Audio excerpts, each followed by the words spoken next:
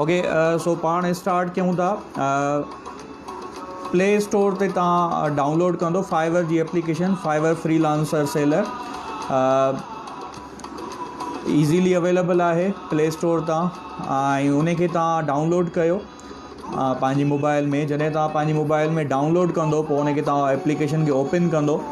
जेकॾहिं मां हिते तव्हांखे ॾेखारे सघां त हिन में ॿ ऑप्शन आहिनि। हिते हिकिड़ो आहे जेको आहे फाइंड अ सर्विस वारो, ॿियो आहे बिकम अ सेलर वारो।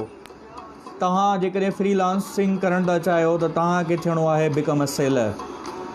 पाण खे जेको आहे टे ऑप्शन्स तव्हांजे साम्हूं अथव त पंहिंजो तव्हां लॉगिन फेसबुक जे ज़रिए कयो, या जेको आहे तव्हां ईमेल जे ज़रिए लॉगिन कयो, या गूगल जे ज़रिए लॉगिन कयो। त हिन में मिसाल तौरु तव्हां अचो जेको आहे साइन अप विथ ईमेल कंदो।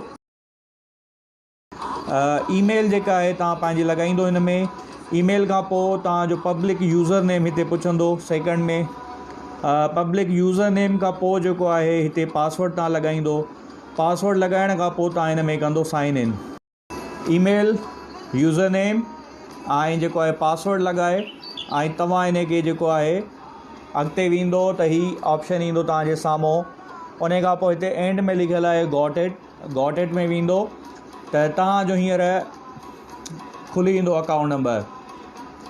अकाउंट जेॾी महिल खुली वेंदो त पोइ तव्हांखे हिते अचिणो आहे। हिते यूज़र ई नज़र थो अचे, हिन यूज़र प्रोफाइल में तव्हां वेंदो। अच्छा, जॾहिं पाण यूज़र प्रोफाइल में ईंदासीं त हिते तव्हांखे इंट्रस्ट जो ऑप्शन थो ॿुधाए, माय इंट्रस्ट। तव्हांजा इंट्रस्ट कहिड़ा आहिनि उन इंट्रस्ट ते क्लिक कंदो। तव्हां जेको आहे का ब्रांड आइडेंटिटी करे सघो था, का प्रिंट डिज़ाइन करे सघो था, मार्केटिंग कम्युनिकेशन में एक्सपर्ट आहियो, सोशल मीडिया में एक्सपर्ट आहियो, फ़ोटोग्राफी में एक्सपर्ट आहियो, बुक पब्लिशिंग में एक्सपर्ट आहियो, कवर आर्ट में। ही मुख़्तलिफ़ फील्ड्स ॿुधाए पियो थो। हिननि मां तव्हां पंहिंजे इंट्रस्ट वारी फील्ड चूज़ कंदो, जेका सर्विस तव्हां उन्हनि खे ॾियणु चाहियो था।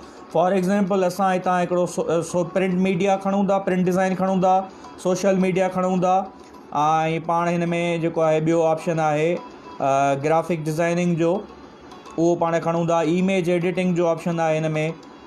जंहिंमें तव्हांजी एक्सपर्टी हुजे उहा तव्हां सिलेक्ट कंदो, ऐं जेको आहे उन खां पोइ पाण हिन खे कंदासीं सेव। हीअ तव्हांजो अकाउंट हींअर ओके थी वियो आहे, हीअ ठही वियो अकाउंट। हाणे हिन में ही ऑप्शन जे पियो थो एक्टिवेट ईमेल। जॾहिं तव्हां हिन ते एक्टिवेट ईमेल ते क्लिक कंदो त तव्हांजी जेका ID लॻायल आहे उन ID ते ईमेल वेंदी, ऐं उन ईमेल खे जेको आहे जीमेल खे ओपन कंदो, ऐं जेको आहे जीमेल खे ओपन करण खां पोइ जेको आहे तव्हां इहा ईमेल पंहिंजी वेरीफाई कराईंदो फाइवर ते। जॾहिं ईमेल वेरीफाई थी वेंदी त तव्हांजो अकाउंट एक्टिव थी वेंदो। अकाउंट एक्टिव थियण खां पोइ जेको